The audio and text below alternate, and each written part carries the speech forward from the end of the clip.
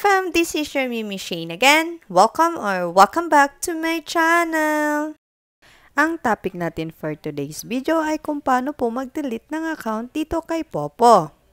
At kung pwede po ba makagawa ulit ng account. So, tutok na. Watch until the end po. But before that, don't forget po to subscribe to my channel and hit the notification bell para naman po ma-notify kayo kung may mga new videos akong i-upload. Thank you so much. Watch until the end po. Paano nga ba mag-delete ng account? Ganito lang po kasimple. Pumunta po kayo sa inyong mga Popo Live app at pumunta po kayo sa inyong dashboard or inyong profile.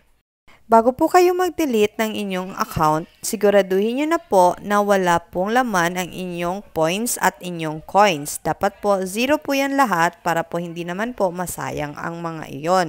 Bakit nga ba tayo nagde-delete ng account? Ang unang rason dyan ay dahil sa agency na napasukan natin or sa agent na hindi po tayo kayang pakawalan. So ano pang hinihintay po natin? Tara na po at mag-delete na tayo ng account. Click nyo lang po itong settings.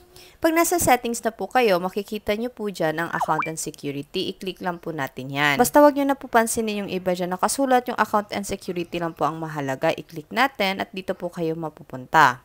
Dito po sa account and security, makikita nyo po dyan yung set password, phone number, email address, Google, Facebook, Apple ID, and cancel account. Click nyo po yung cancel account. Once na napunta na po kayo dito sa cancel account, basahin nyo lang po yung 1, 2, 3, and 4. Importante po yan bago po nyo i-click ang confirm. Diyan po sa number 1, ang account cancellation po daw ay ang pag-delete ng account. Ang account cancellation po ay iba po siya sa pag-log out lamang. Sa number 2 naman po, ang sabi dyan, pagkatapos nyo po daw makancel ang account ninyo, lahat po ng data dito sa account na ito ay madidelete po. Ibig sabihin, hindi nyo na po yan ma-recover. Sa number 3 naman po, ang sabi po dyan, lahat po ng inavail ninyo na VIP, Guardian, and other services po dito sa app na ito at mga remaining amount ng coins and points nyo ay hindi nyo na po magagamit yun once na na-delete or na-cancel nyo na itong account ninyo. Sabi po dyan sa number 4, once na na-delete nyo na po ang confirm delete account, ay hindi nyo na po ma-restore itong account ninyo.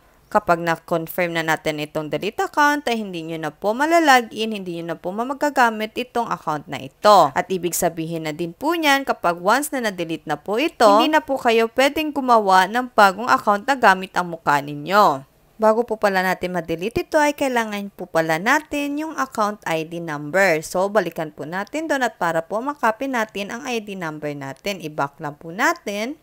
At pagdating dito po sa ating profile, i-copy lang po natin yan. At balik po tayo doon sa settings. Balik ulit sa account and security. Click ang cancel account.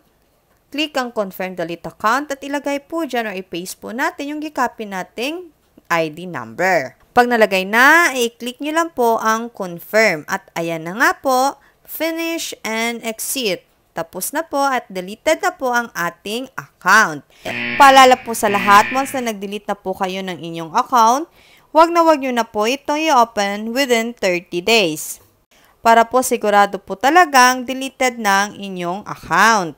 At kung ang tanong po ninyo, paano po kayo makakagawa ng inyong account or ng inyong mga main account? Ang sagot ko lang po dyan ay gumawa po kayo ng ibang account na gamit ang mukha ng inyong mga kapatid or inyong kakilala. Dahil po once na na-delete nyo na po ang inyong main account ay hindi na po kayo makakagawa ng inyong sariling account na gamit ang inyong sariling mukha. In short, gumamit po kayo ng ibang identity. So, bago po kayo mag-delete, mag-isip-isip po muna kayo ng mabuti ha. Dahil sa huli, kayo rin po ang mahihirapan. Pakiusapan nyo na lang po na mabuti ang inyong agency para po kayo ay pakawalan. Kung hindi naman po, ay magtiis na lang po talaga kayo. Comment down below lang po kung meron po kayong mga katanungan. And don't forget po to like, share, and subscribe to my channel. Once again, ka-fam, this is your Mimi Shane. Thank you for watching and see you on my next vlog. Bye-bye po. Goodbye.